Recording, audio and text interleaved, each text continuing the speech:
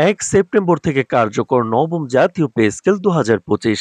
তো দর্শক, আজ আমার দেশ পত্রিকায় প্রকাশিত গুরুত্বপূর্ণ প্রতিবেদনটি না টেনে শেষ পর্যন্ত দেখুন, এবং আপনি যদি একজন সরকারি চাকরিজীবী হয়ে থাকেন তাহলে চ্যানেলটি সাবস্ক্রাইব করে রাখুন পরবর্তীতে মহার্ঘ ভাতা এবং নবম পে স্কেল সংক্রান্ত গুরুত্বপূর্ণ সকল আপডেট সবার আগে পেতে। তো দর্শক, বাংলাদেশের সরকারি চাকরিজীবীদের দীর্ঘ প্রতীক্ষার অবসান ঘটিয়ে অবশেষে কার্যকর হচ্ছে নবম জাতীয় পে স্কেল। প্রধান উপদেষ্টা ও অর্থনীতিবিদ জাকির আহমেদের নেতৃত্বে অনুষ্ঠিত সর্বশেষ বৈঠকে এই বিষয়ে চূড়ান্ত সিদ্ধান্ত নেওয়া হয়েছে।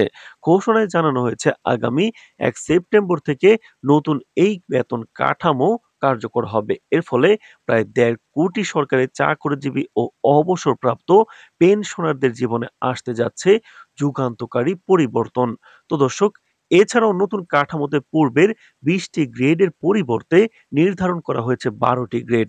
এতে বেতন ভাতা নির্ধারণে জটিলতা কমবে, পদোন্নতির সুযোগ হবে স্বচ্ছ ও সহজতর।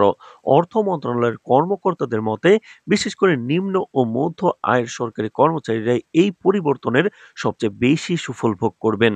চতুর্থ শ্রেণীর কর্মচারী থেকে শুরু করে মধ্যম স্তরের কর্মকর্তা-কর্মচারীরা সরাসরি বেতন বৃদ্ধি ও ভাতা সংস্কারের আওতায় আসবেন। চাকরিজীবীদের বহুদিনের দাবি ছিল মহার্ঘ ভাতা, চিকিৎসা ভাতা ও বাড়ি ভাড়া ভাতা বৃদ্ধির।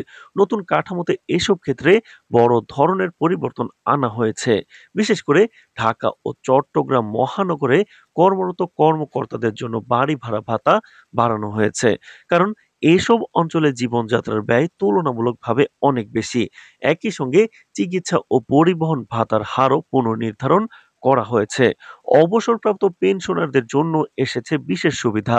নতুন পে স্কেলে তাদের জন্য বাড়ানো হয়েছে ভাতা এবং চিকিৎসা সুবিধা। এতদিন যেসব সুবিধা থেকে তারা বঞ্চিত ছিল। তো দর্শক, ভিডিওটির এই পর্যায়ে এসে এখন পর্যন্ত যারা চ্যানেলটি সাবস্ক্রাইব করেননি অবশ্যই সাবস্ক্রাইব করে রাখুন পরবর্তীতে মহার্ঘ ভাতা এবং নবম পে স্কেল সংক্রান্ত গুরুত্বপূর্ণ আপডেটগুলো সবার আগে পেতে। তো দর্শক, তবে এই পরিবর্তনে সরকারের বার্ষিক রাজস্ব ব্যয় কয়েক হাজার কোটি টাকা বাড়বে বলে অর্থ মন্ত্রণালয় জানিয়েছে। কিন্তু অর্থনীতিবিদরা বলছেন এই ব্যয় দেশের জন্য ইতিবাচক প্রভাব বয়ে আনবে।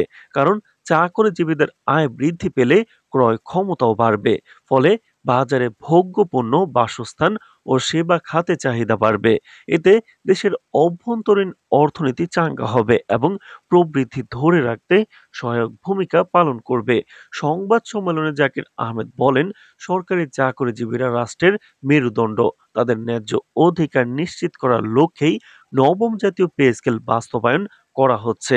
এটি শুধু চাকরিজীবীদের জন্য নয়, বরং দেশের উন্নয়নের জন্য একটি গুরুত্বপূর্ণ পদক্ষেপ। তিনি আরো আশা প্রকাশ করেন, নতুন কাঠামো বাস্তবায়নের পর কর্মক্ষমতা ও প্রশাসনিক কার্যক্রমে গতি আসবে।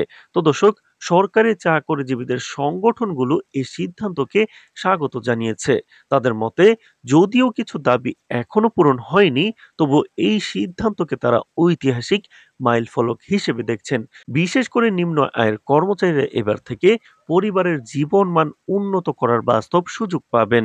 তো দর্শক, সব মিলিয়ে বলা যায় ১ সেপ্টেম্বর থেকে শুরু হতে যাওয়া সরকারি চাকরিজীবীদের জীবনের একটি নতুন অধ্যায় হতে যাচ্ছে। নবম জাতীয় পে স্কেল কেবল জীবনমানের উন্নয়নই নয়, বরং দেশের অর্থনীতির অগ্রগতিতেও এক নতুন গতি সঞ্চার করবে। তো দর্শক, পরবর্তীতে এই সিদ্ধান্ত নিয়ে কিন্তু আরো একটি বৈঠক হতে চলেছে এই সপ্তাহে। সেই আপডেট জানাবো। সুতরাং চ্যানেলটি সাবস্ক্রাইব করে পাশেই থাকুন। ধন্যবাদ।